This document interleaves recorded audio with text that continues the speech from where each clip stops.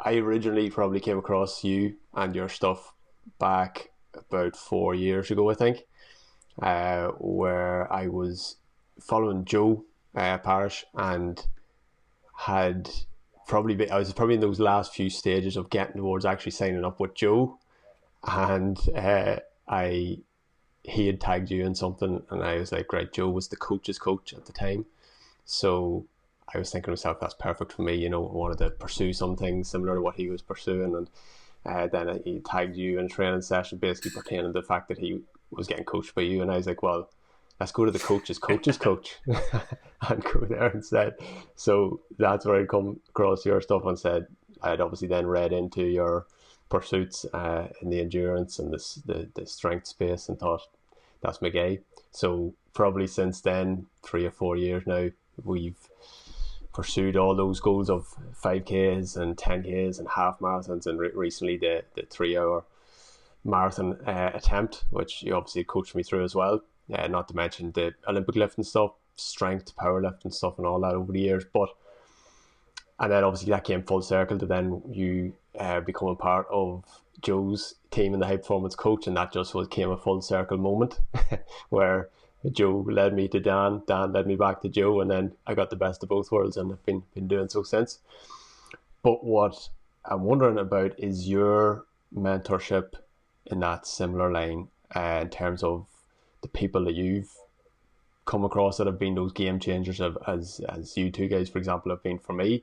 And I know there are a couple of names that we've spoken about before, and you've obviously put me onto their stuff, such as Stefan Kazult of Kilo Strength, and someone who I'm not sure how much time you've spent with outside that, but you've mentioned him before and put me down a rabbit hole, which was Dmitry Klokov. And I'm wondering, in terms of potentially both those guys, but anyone else, who have been sort of the game changer mentors for you that you've come across? Yeah, like having been in the industry now, 20, coming up 25 years, like I think a lot of the initial time I was in, it was you're a rabbit in the headlights type thing, and you're working as much as you are studying, but you get to a point where you think, oh, there's actually probably more to this game than actually just teaching clients and having done your degree or your personal training course, and you start to actually want to develop as a coach and sort of take your clients to the next levels, really. And I think the first one for me was obviously like you mentioned Stefan, and Stefan was like, I met Stefan through on the Poliquin courses originally. So Stefan ran like a lot of the Poliquin education. So doing courses with Charles back in sort of the early 2000s to sort of 2010s was when he was probably the first big real like celebrity strength coach from my point of view, and like going and doing courses with him in the States, and then obviously I did a few in Marbella as well in the sort of mid 2010s, and his sort of team, like which was Stefan, who then branched off to obviously do his kilo stuff, Luke Lehman who branched off to then do the muscle nerd stuff, who again I did courses and I've done the muscle nerd stuff with Luke. I think Luke's again one of the leaders within the industry. A guy called Derek Woodski, who again is like who has done sort of various courses himself and is an amazing strength coach. And like he was probably the one guy I resonated with even more so because he was an Olympic athlete as well. Not that I was an Olympic athlete or anything, but I felt he was a high level athlete at the same time within actual sports. And then another guy, and Andre Benoit as well. So again, those guys sort of, it's funny how even the newer generation of coaches have all sort of been touched. I say touched, but even the Coach Kasims in sort of like N1 Education and the Pat Davidson's world have gone through sort of the Poliquin era. Like they've maybe come away from those sort of like traditions, but like Poliquin is a pure strength coach and was trained like so many different Olympic athletes, which again resonated with me. So I'd say he was one of the main ones, and then obviously pushed me on to the other guys off the back of that, of which Stefan's probably one of the biggest influences in my career in terms of how he logically sets up progressions, periodizations, regressions and progressions of movements. It works to the sort of mathematical and the data analyst side of my mind. Like at school, I did maths and physics, so I was very, very numbers driven, data driven. So it sort of like really played into that aspect of my personality, uh, and having set structures allowed me to then like build bases off of. And I think it's important when you do educational work that you implement, you learn, and then you go and implement for a period of time, and then you then like learn again, rather than continually trying to learn different methods over and over again. Then not really ever actually used it with your athletes, used it with yourself to then realize what actually works and what actually you like, rather than sort of like just this continual sort of like always learning philosophy, which I think is getting a bit lost nowadays. People searching for the perfect thing, but not actually doing anything themselves in the first place, or never actually giving the chance for something to work to then realize their own style off the back of it. So yeah, those guys were sort of the main ones. I did sort of like the Mike Boyle, like his CFCS courses, level 1s and level 2s, with a guy called Kevin Carr, again an amazing coach. Really enjoyed those. And then like worked with Klokov, as you said, did some Olympic lifting courses with Klokov, which was also part of another Poliquin courses that I did. But yeah, there's been so many like BPACs, like done some BPAC stuff, because when I went up to Manchester, the guys were a lot more bodybuilding based. I love Coach Kasim. I love his N1 stuff as well. And I just feel like as sort of like a hybrid coach, a hybrid athlete, looking into all these different aspects, like it's important to, as a strength coach in general, like make sure that you are covering all the bases. You're understanding how biomechanics works, as well as like how to find the path of least resistance, like for strength work, but then also the most resistance for sort of hypertrophy work as well. And looking at these different ways and different philosophies has been cool. It's been interesting. I think I've settled on sort of what I think and I enjoy the way I train right now. And that sort of opened up again, like I've looked into the conditioning aspect of things, and I think Joel Jameson again was another big one for me in terms of understanding how the conditioning aspect of things works in terms of the energy systems and the shorter duration anaerobic and glycolytic stuff works. More of, again for athletes, because at the time I was training a lot of like more boxers and MMA athletes, which then he's sort of like the top guy in that area. But again, the science and the actual principles of it carry over to all different sports, like whether you're working with footballers, etc. Like the energy system work is pretty much the same. It's just the different modalities that you're going to use to do that. And then really the ultra endurance stuff, like I've read books on it, but I've never really had it like mentors or anybody who's actually guided me on those things. It's more through doing the stuff that I've done and learning through experience, learning through just from reading books and like previous sort of like British endurance coaches, etc., looking at their works, and particularly a guy called Horwell. I can't remember what his first name is, it's just skipped my mind now. But his stuff on running, which is then transferred across to the way that I sort of program people from a running aspect, anything from short distances all the way up to like marathon and ultras, really. I don't even know if I've answered the question there, or if I've just literally just talked about a load of crap. No, definitely not, because I'd asked about the mentors, and you've basically given like a who's of the fitness industry circa 2000 or circa 1990 to 2010.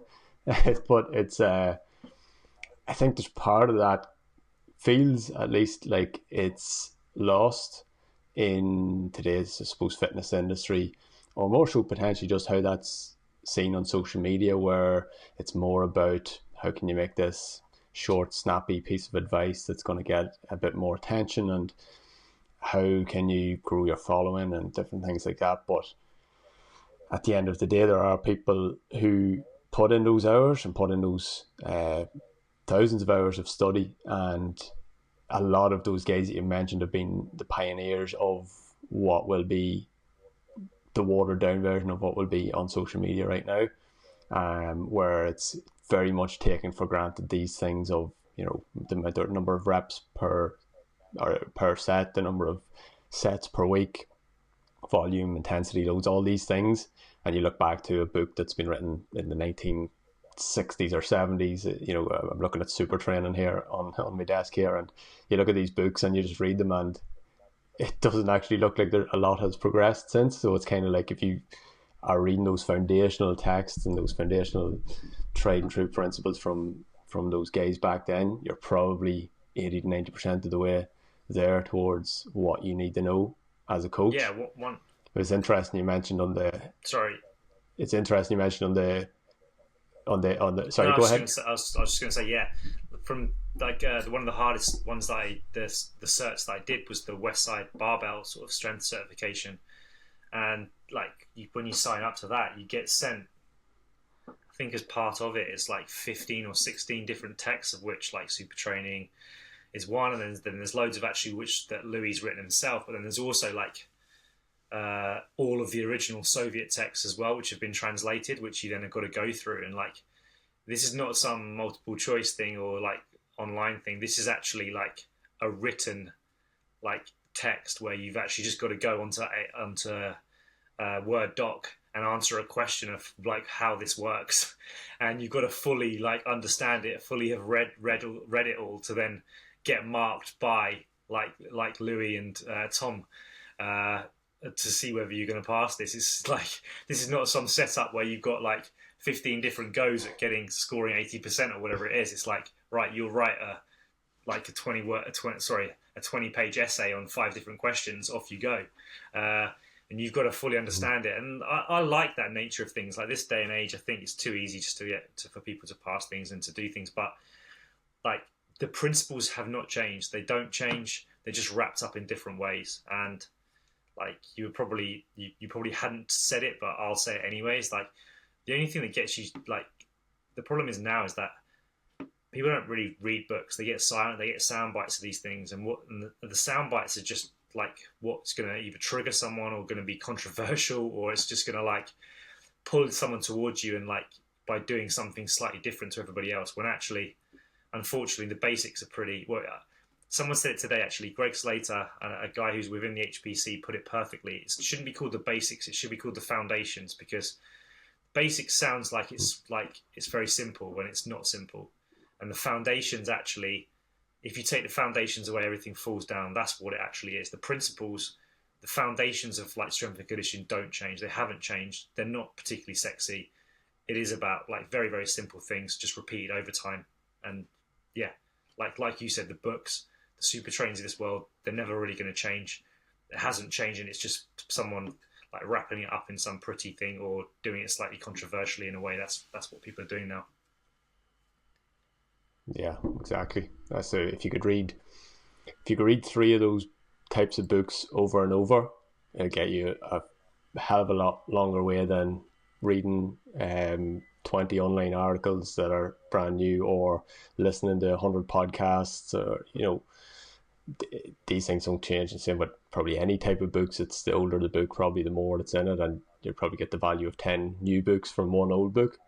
But it was interesting you said that on the more endurance side and the more conditioning side, there was probably fewer names to name there, yet to me at least it seems like that's where your success as an athlete has been more, which probably speaks as well to the value of strength training on your ability to perform within those other contexts, as well as have longevity within the endurance space, but also speaks to the fact that you're probably self-coached through most of those endurance events.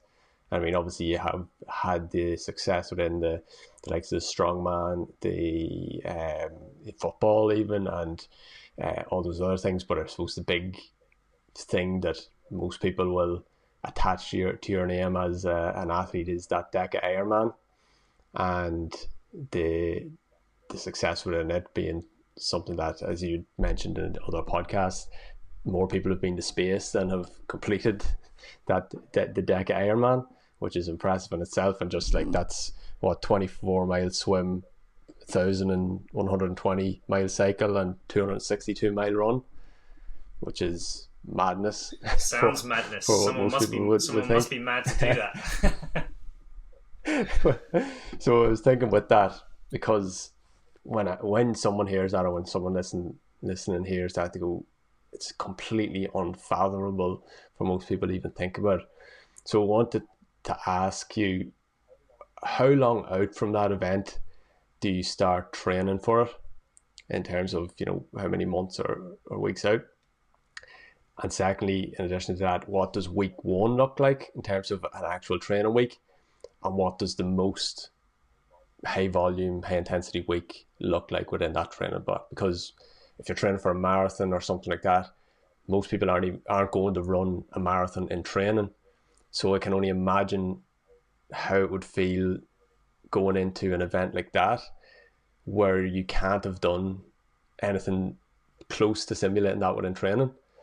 But I suppose, how long out, as I said, would you have started training? What would week one look like, and what would the most high volume, high intensity of week of look Yeah, like? like I think before we get into this, a lot of the endurance style stuff. Like I'm a pretty good endurance athlete, or I was a pretty good endurance athlete. I'm an ectomorph.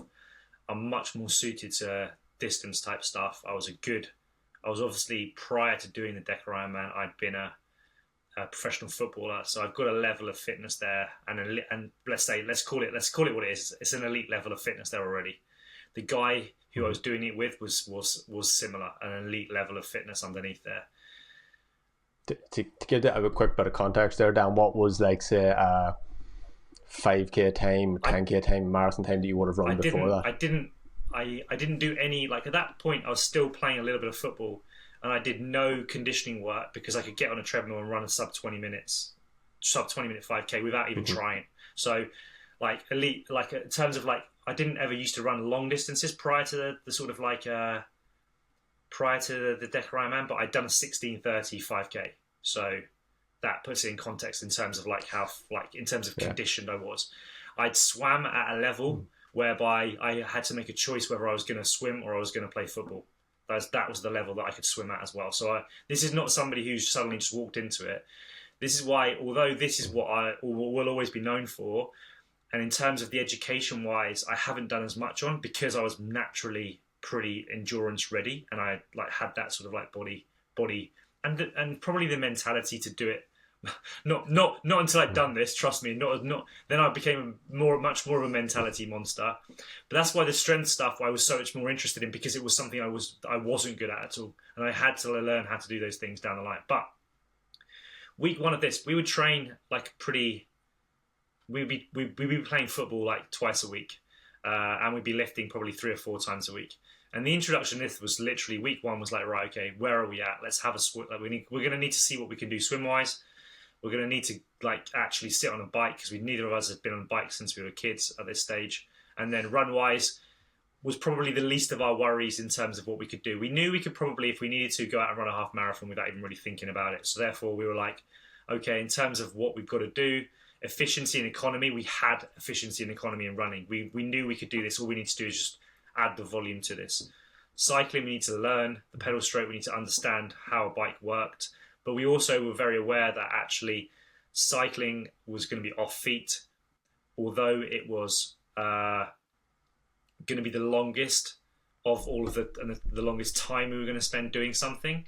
We were also aware that actually, from learning and reading, cycling, you get better as you do more. So the more cycling volume you put in, we actually got faster and faster as we did more and more and more. So even on the actual event itself, we were getting more efficient and more economical as we went through. And day by day, our 112 miles that we were doing, we were getting faster and faster each day. It was just happening. And then obviously swim. This is going to be the longest and the hardest day that you're ever going to do. So week one, it was all about, right, okay, let's find out where we're at. And to be honest with you, the setup was, we needed to get used to, we knew this was going to be over a course of 20 days. We needed to get used to exercising for between, initially, an hour, 2 hours, but we knew we were going to have to build up to sort of like 6-7 hours a day. And if we could get used to moving, training, doing something, like an out, like initially as far away as possible, the modality didn't really matter. But as we got closer and closer, we obviously got more and more specific to what it was. So run-wise, I was very aware that we needed naivety. The thing that I talked to about all of my athletes when they're going through, like this weekend, we had guys doing 70 kilometers in the Dolomites. We had a guy doing a 100-mile run. We had a guy doing a 24-hour Monroe challenge. Like you just mentioned then, you don't run a marathon unless you're actually a true marathon runner who's going for marathons over and over again. You don't really run a marathon in training. So, because you need the naivety to actually go to the extremes afterwards. You don't want to know what it's going to feel like, because if you did, you probably wouldn't do it. So for us, the most we did was literally 2 marathons back to back, and then 2 half marathons back to back off the back of that as well. So in a week, 4 runs, like what's that, 26, 52, like 78 miles in a week, out of a fucking 262 mile. Like, that's going to be the goal at the end of it. So yeah, it was if I knew more like I do now, I'd probably done more and I would have been more structured. But we spent 9 months building up to that, and that's it. We only spent 9 months. That's not even a very long prep for this sort of a challenge, to be honest with you, when I look back on it now. Yeah. But we had the underlying base level of fitness initially, which probably was way beyond what most people would have just walking around as an everyday person. Yeah, I suppose it's that you would, when you think about a marathon training or someone building up to the first half marathon, you probably think at least 3 to 6 months anyway. So 9 to 12 months for something like that is probably on the short side. Well, most people aren't going to be able to do it for a start, but even if it's something in anywhere in that realm, you're probably talking at least that for most people of getting into ultra endurance stuff, I would imagine. But those how long did the full thing take? So we did it over 21 days. We said we're going to do the day of swimming, then we're going to do the 10 days of cycling, and then we're going to do 10 days of running. So it was 10 days of 112 miles down the bike, 10 marathons in 10 days. And we could have done, you could do it faster. We could have done it faster. We could have raced it. People do it. I think that the world record was 10 or 11 days. I don't think we could have done that, but I think we could have done it in 12 or 13 or 14 days if we would have wanted to. But for us, the overarching thing was that we were trying to raise money at the same time. So we were stopping in certain places to actually go to, we were doing it for blood cancer. So we were stopping to meet people in different towns to then see those people, do photo opportunities, get national press, try and raise as much awareness at the same time as we were then. So it was never a race for us. It was the most thing we're most proud of is one, we raised enough awareness and raised money, but these things you do, it's almost harder when you drag them out because you're not getting it done. All you want to do is just get it finished, but you're actually stopping, you're waiting, you've got more to offer, but we had to actually wait for the next day, wait to do it right, and then to go again. And the biggest thing, again, sorry, one more. The biggest thing again is we didn't get injured. We had niggles, but again, we didn't break down. The body held together, and at the end of it, we were still just about together, mentally and physically. Yeah. When you mentioned there about it taking so long and that actually being to your detriment in some ways, obviously, potentially that helped keep you injury free, but. When I did the marathon there, I was coming back from it and walking back sort of against the direction of the marathon and seeing people coming in 5.5 hours. And I was thinking, as hard as I felt it was, those people are probably finding it even harder. And I have as much respect for someone coming in at that time as someone who finished in 2 hours and 30 minutes, because it's the amount of suffering of 5.5 hours of being on feet, trying to plod along, must be just every bit as bad as trying to run that bit faster but doing it in shorter time. So that's what I've always thought about them when doing marathons, and even the ultras. It's funny with the ultras, with people would sometimes say, obviously not what you've done, but the 50Ks and 100Ks ultras, some people would actually say marathons can be in some ways harder because the focus is more on hitting a time.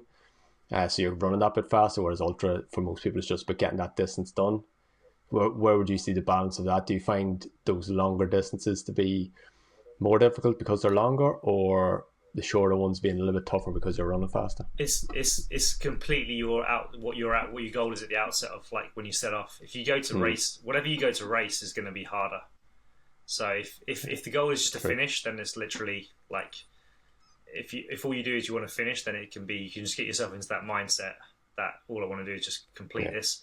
But if your goal is to race it, then no matter what distance it is, how short it is, it's horrible. Like 400 meters can be horrendous, and it could be an easy 800. Yeah. It can be an easy 800 meters because you just decide to like just canter it out or tap it out. Whereas if you go to race, like I've done I think the 150k that I've done, I did it in 4:15, so I went pretty hard on that. Whereas I've done marathons in the same time where I've absolutely just cruised it. So yeah, it's all about intent, and like, again, like if you intend to race, then like, and you've put all your effort into it, then no one can ask any more of you. And like, I think anyone who goes out and like, if it takes them 5 hours or takes them, like you said, 2.5 hours, if it's your all out effort, then like they both warrant the same amount of respect for just putting it all in. Exactly. So within that, there's always going to be those dark times where, I'm sure there was numerous on the Deca-Ironman, where you feel like you have nothing left to give, or the legs are giving out in some way, or it's just you feel like you don't have what it takes. And we all have those places that we go to in our head to get us through those moments.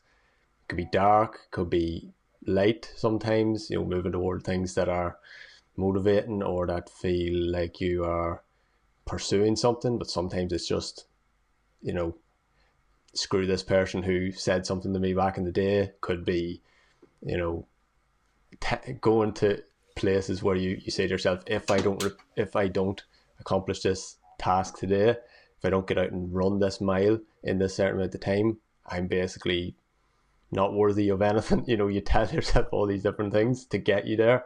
I'm wondering during that Deca-Ironman, what got you through those times?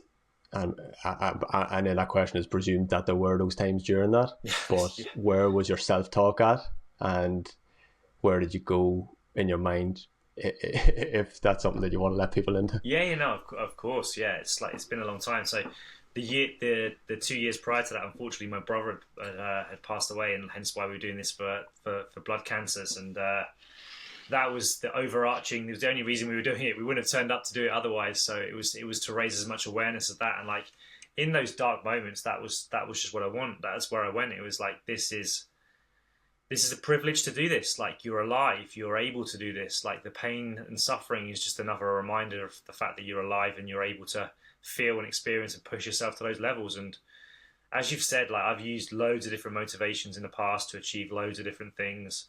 I don't tend to use like what happened to him so much anymore, because it was quite a long time ago. But then it was very raw. It was very, very prominent. It was really, really close to the heart. So I could wind myself up into like a real like frenzy, sort of like where I'd run through walls if I needed to in those situations. So a lot of it's actually calming it down and not allowing yourself to get too over emotional and too ramped up about it, because as you can imagine, a 14-hour swim, like, it's all great, like calling upon that, and it gives you like a 20-second burst but you've got to try and like drag that out. So you need other methods at the same time as well. And I remember speaking to a sports psychologist, particularly before the swim, just because the other days you knew you'd be have other people around you, you'd be able to chat, like when you're on a bike, when you're running, etc. You've got the other guys who are joining us and joining in each day, and you could always talk. Whereas on the swim, you're obviously completely on your own. It's dark, it's cold, it's numerous 500 lap sort of like warm up swims. Like, I'd be saying to myself, oh, I'm looking forward to something just coming and dragging me down, and like not having to ever worry about this training again, type scenarios. But you carry on going. One of the biggest things for me was like just playing, like I talked about maths and stuff. I'd go from my times tables up to my 30 times tables, just continually sort of like just working my way through the numbers and just like playing with them. But ultimately, like any of those things, as much as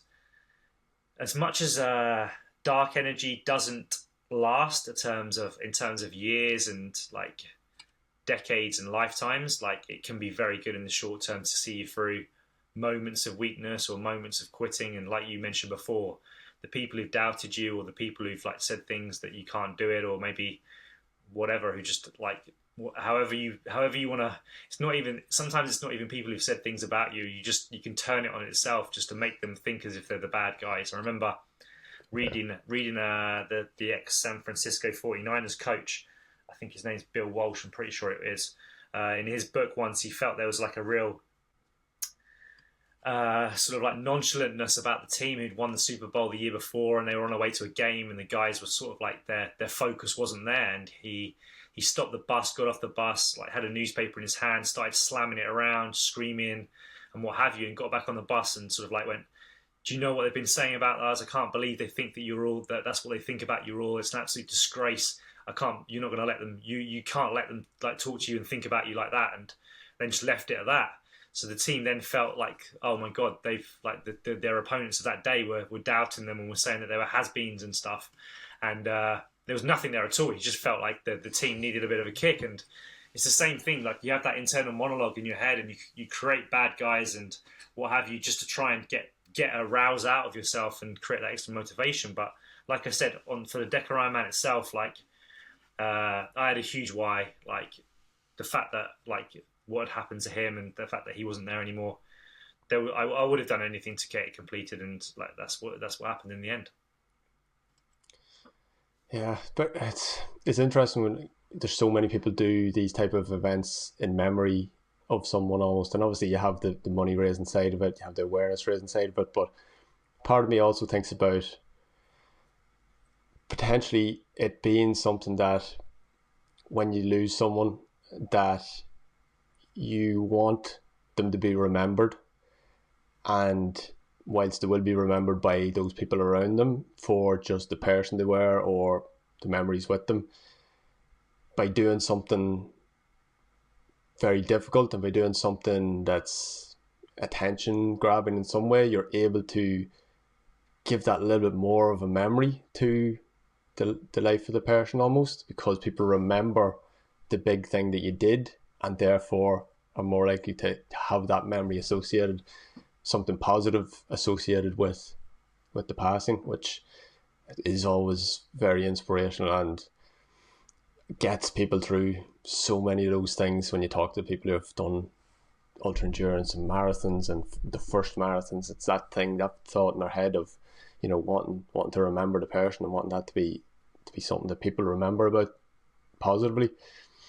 I suppose within that, and the methods that people use for getting through these events, within psychology as well, to talk about the distraction, which is what you talked about, of maths puzzles and the Hames tables and all these things. There's dissociation, which is just almost pretending you're not there and trying to see it from like an outer body experience. Yeah. And then there's also the mindfulness side of things, which is basically being, you know, paying attention to your breath, paying attention to your cadence, but also even paying attention to that pain and trying to get into the muscle area and into the pain of that. And different things work for different people, but I'm curious, is distraction, because I know you mentioned it, would distraction be your go-to rather than the dissociation or the mindfulness side of things when you're in those more, I guess, probably the more so when you're racing, or more so when you're pushing yourself to those limits? I don't know. I don't think so, because I think the distraction was more so because it was so long and because it was so lonely, and it was so the same. So therefore, like, it's pretty much like, if you've like, this is not some tropical swim that you're doing where you can see the fish swimming underneath you. This is the English Channel, which is just dark, and like you can barely see your hand in front of your face when you put your hand into. So that you're basically seeing the same thing over and over again. So I think like the distraction of it worked really, really well from that point of view, because it was so the same.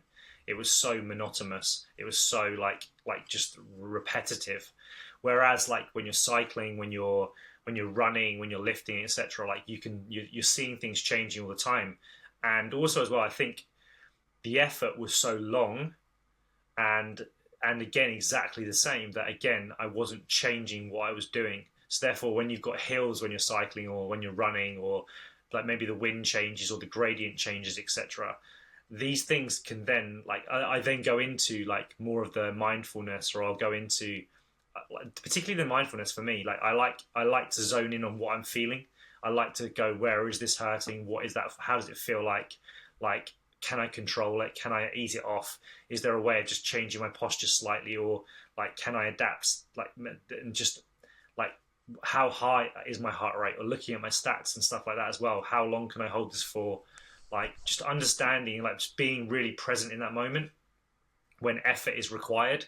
I'm pretty good at that, and I enjoy like interval training in those sort of aspects as well. I smile and I lean into it. I think again, it's like again reminding me of the fact that I'm alive when I'm pushing that hard, but also as well, there's something, I don't know, a little bit sadistic about it at the same time as well, which I enjoy. I just enjoy that. Enjoy that feeling. Yeah, yeah. There's something about it. It's, as you say, you know, you're alive. It's like you're in the game. You can't deny. There's no logic about it. There's no way of talking yourself out of the meaning of the situation. It is there. You know, it's something concrete that you can rely on. Is difficult training. You feel something regardless of what logic you have behind it to talk yourself out of it. There's something reliable about it. What did you use for your marathon training? For the marathon training, for the training itself, for the most part of it, so I think the full actual marathon prep was about 20 weeks, and for about the first 12 weeks, I decided not to use any music, not to use any inputs, almost as if it wasn't challenging enough, just to give an extra little bit of challenge to not have the inputs there to be distracting. Also knowing that I would have it there as a tool to be implemented when I needed it, which I did end up implementing it, because it just got to the point where those 4:30 a.m. runs, it was just that little bit tougher to get out the door with no music or podcast there just to help you along a little bit. But within the actual sessions themselves, looking at the data helps me a lot in terms of checking the watch, making sure you're on pace, you know, calculating how many miles you have left, and if it's 2 miles, that's 8 quarter miles, and breaking it down that way and just focusing on that next quarter mile. And then maybe by the time, you know, you might start with breaking it up into miles and then half miles, and by the end you're breaking it up into every 0.05 mile. Yeah. You're going, just focusing on that next 0.5 mile. That helps me. And yeah, so I think a lot of it was which is probably mindfulness in some ways, is being mindful of your pace, is being mindful of your even cadences and heart rates. That helped me a lot. The distraction, it can work in a certain way. Music could almost serve as a distraction there a little bit, but I tended to be more so, I would use music more so as a motivator to get through, say, an interval session, rather than it being something that I was going to implement. I'd be more podcast on a longer, slower run. That's probably where my go-to would have went. Within the actual marathon itself, I wanted to again save the music for when I needed it, but it got to that point within the marathon that I talked about where legs were gone, mile 20, knew I sort of wasn't getting it, but last ditch effort was to throw on a little bit of Kanye and Jay-Z Watch the Throne album and see, because that had really, some few of those songs had really got me through some tough sessions within the prep, and it just wasn't doing anything. And I just said, get the earphones out, enjoy the last 2 or 3 miles, knowing that you're not hitting your time, but just enjoy those last 2 or 3 miles and take the foot off the gas. And it meant that I got 3:09 instead of maybe 3:03 or 3:04, but to be able to just enjoy those last bits was a lot better than having the memory of just suffering across the line. Not that didn't happen anyway. But I also find that, and I'm curious to what you think of this, whichever tactics you're using within the training block or within your prep can carry over a little bit to real life or life outside that. So what I'm specifically thinking about is the times when I've used maybe dissociation and tried to just go outside the body and just experience this from an out of body experience. Sometimes would mean during that prep phase I was maybe coming home to home life and just maybe being a little bit not as present and being a little bit distant. And when maybe a stressful situation would come up, I'd maybe just go a bit numb, because that's what I was used to doing within the actual training sessions. Whereas potentially when you're going with the mindfulness route, maybe that's transferring over in a better way, that you're actually experiencing things, and maybe that leads you being a little bit more emotional within everyday life, because you're just a little bit more tuned in. But I'm curious to your experience of that, and maybe when you were hard charging on those endurance events, had that affected your personality maybe?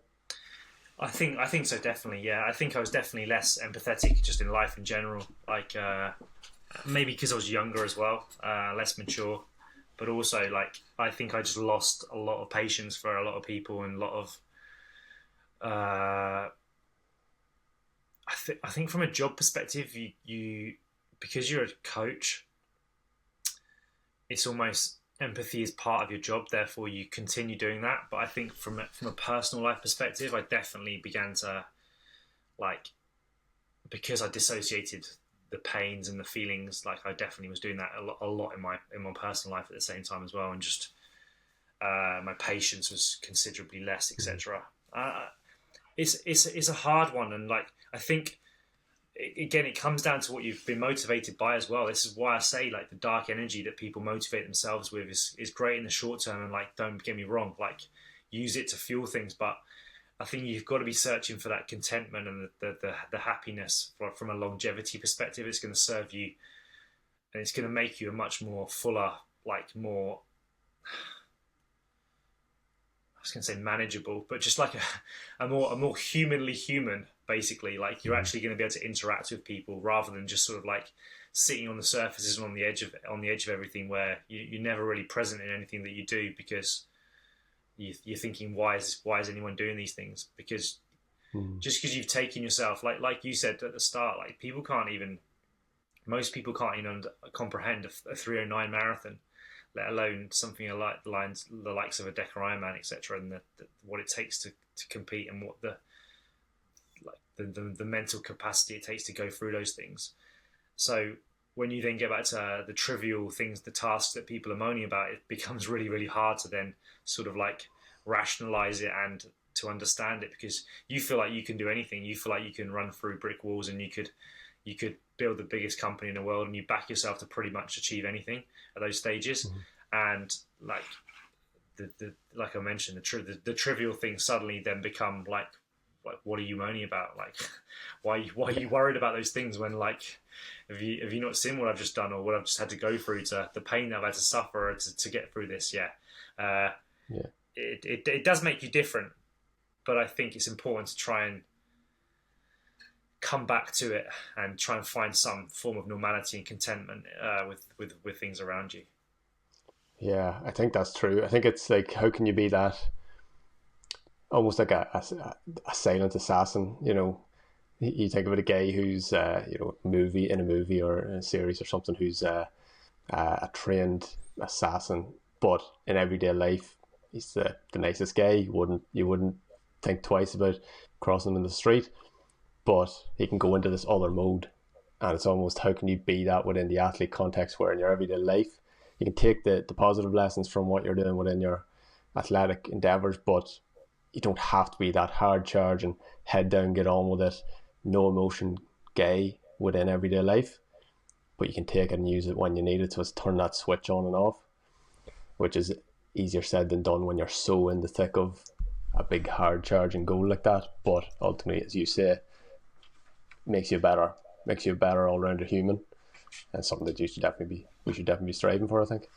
Yeah, no, absolutely, and like it's definitely taken me a long time to get to that point. I think I spoke to my wife about it a while ago. We were lifting during COVID, and I think everything had I think most of the things that I'd got to the stage of like doing, like I mentioned, had been with this dark energy, and we got a barbell, we got some weights, and we were lifting really, really well. We obviously had that lockdown period of sort of 12 weeks or so where we were really doing it on a regular basis, and we were getting pretty strong, and I was getting close to like all-time numbers. And when it just came down to then testing, it was like I just didn't have that edge that I'd had previously. I was just like in a relatively comfortable place of where I didn't have anything to prove, and I just couldn't find that anger or that the charge that I'd felt previously to lift the bar. I've since found it, and I do it in a more of a happy sense. I look at all the great things that are going on, and I try to use that as the motivation, which again does it, but I don't think it's quite as powerful in those short, sharp moments when you need it. And that's where I just rely upon the fact that I've actually trained really, really hard, and I remind myself, actually, you've actually earned the right to lift this weight now, because you don't need that extra sort of like sort of superpower. But I know we've talked about it previously. I don't really ever train with much music either, like when I'm training. So therefore, again, I'll bring that out of training from time to time as well, and put that in there just to give me that extra edge. But like for me, that assassin walking down the road, like last year doing the 100-kilometer ski erg was my assassin moment of like, have I still got the edge? Can I still just do this? And it was just like, right, yeah, you know how to fuel. You're strong enough to not break down. Have you got the mental resilience just to go through and just to put the hours in just to get this done? And like last year I did. And again, at some stage this year, next year, it's going to get tested again with something else. But like, it's just finding whether you can still be that assassin from time to time. Just flip the switch, go into that mode, and then just come back out of it again and just be a relatively relaxed. Well, I try to be relatively relaxed, chilled out human being, apart from when I'm at football screaming my head off. Yeah, but that's the switch again. It helps in that context maybe as well. Well, maybe it's more so if you're on the pitch it might help, but yeah, exactly. From the side, because I remember, well, when you speak about that, especially with the lifts, I remember Eddie Hall talking about the time he was doing, I think it was the 500 kilo deadlift or whatever. He was saying that he talked to a psychologist and they went really deep with it, and he was talking about where his head went, and he said it was such a dark place he didn't even want to speak about it on the interview. Oh wow. So that's the lengths people can go to, but he had related that it was something related to his child. So it was people will go to those spaces, but at the same interview he was talking about how his relationship with his wife was breaking down or had been breaking down during it, and there's all these trade-offs that will come with that. But I think, as you say, it's about potentially just raising the ceiling through accumulation of training so much that your 90% is now higher, so that you don't have to go to that 100% through all these methods and means of anger and tough places to go to. But no, good stuff. Do you mind if I ask a few quicker fire questions to see it out? Of course, buddy. Of course. I have them written down, so I'll go to them. But favorite endurance activity out of swim, bike, or run? Bike. Cool. Easy bike. Is that you mentioned? Yeah, because that swim's miserable, and run hurts kills me. the joints. Right now it hurts me. Yeah, run hurts me. Out of then the more strength related sports, Olympic lifting, powerlifting, strongman, maybe even throw in CrossFit and bodybuilding in there. What will be your strongman? I love strongman. Cool. Out of strongman and cycling, where would you go? If I could only do one, or if I suppose if go on. If you could only do one, I presume I'm going to guess you'll say strongman. Yeah, I'd be strongman. I'm a bit too vain to like become purely a cyclist, so I'd have to be strongman. Yeah. And you're getting some cardio there, I suppose, too. So, yeah, exactly. You can do things for as long as you possibly can. I could some sort of pedaling bike competition for distance. Yeah. And then I'm guessing in terms of enjoyment, the other option was cycling, was it? I think cycling, because it doesn't break me. Strongman, again, I enjoy it because there's all of it. There's so many different things, and again, it can be as technical or untechnical as you want to make it. But again, like if you want to be progressive, the only way you get better is by doing things for longer or for heavier, which again, in the end, it just breaks you. So yeah, I think cycling from a health perspective, I think it's gonna be the one. Although you can get pretty, like, if you're cycling in the wrong places, then you've got some pretty dangerous car drivers you got to watch out for. Yeah, definitely. Favorite sports documentary? Oh, the one that literally just came straight to my head was The Last Dance. Then. Yeah, I think that's it. It has to be the best. It's obviously Jordan mentality. Yeah, and you have so many documentaries over the years that are brilliant, but the Netflix production along with the legend of MJ, just that combination has just, yeah, I think it has to be one of the best. I'm looking Um, forward to the new Tour de France, the new Tour de France one. yeah, I will say that it's that. Obviously, this is a podcast, but this goes. Tour de France one second series opens tomorrow, so oh yeah, yeah, I see it. I watched the first series and I saw it popping up, new episode coming soon, so I'll have to get on to that. There was a good one along with that. It was what was it called? Something like, again, it was a dubbed one, but it was the last day of something something. It was a cycling documentary that was out last year, but something similar. That followed one of the cycling teams. I can't remember oh which yeah, one. yeah, I'm yeah, not in yeah. the cycling team, There was but a there's a brilliant. there was a movie star one. Yeah, it was very I good. think that Yeah, was I've it. seen it before. It Yeah, would be. I would love to see more documentaries like that on endurance running. It probably doesn't lend itself as much to it because I don't know, cycling is cooler and the equipment's cool and the team aspect of it and everything else. Whereas maybe yeah. endurance running isn't as, it wouldn't work as well for documentaries. But I would love to see some more of that. Favorite athlete all time. That's a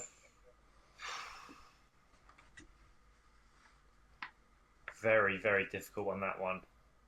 I like Bradley Wiggins. I like if we're staying just UK based, like Martin Johnson. I like Richie McCaw. Uh, I like Diego Maradona. I like Lance Armstrong just for the fact that they're yeah. just pure fucking crazy nutter winners who just like want to win at all costs. Mm. Uh, I like Paolo Maldini. I like Franco Baresi, the Milan team of the '90s. And I was a defender, so I've got a lot of time for them. Uh, I like Nadal, and Nice. I've got time for Djokovic and Federer. Those guys, I just think are absolutely unbelievable as well. Uh, Yeah. in different sports, there, yeah, loads of different sports across the board. Is there any sport or athletic endeavor that you didn't get into that you wish you would have or may still do? Uh, I wish I'd have got into cycling when I was younger, but then I think I would have then had a dilemma whether to play football or not. Uh, I would have loved to have played America. I'd love to have gone to school in the States. The Like, yeah, college I'd love college to. football Yeah, I'd love to played. have gone. I love the fact that that you're ranked nationally from a young age, like in high school. I would love to have been a high school student and played NFL, played baseball, played a bit of basketball, played a bit of soccer, obviously football. Mm-hmm. I'd love to have gone through that system and like just had the opportunity to, because you just thrive. Whereas for me at 16, I decided not to stay on at school. I decided to stay on at school rather than take a scholarship, rather than go and play football, which I was at a Premier League team at the time, and I then decided to do my A levels instead. And I fell 2 years behind. Therefore, I sort of like lost those two really, really important years of between 16 and 18 of development and playing every single day to probably go to the level that I probably could have.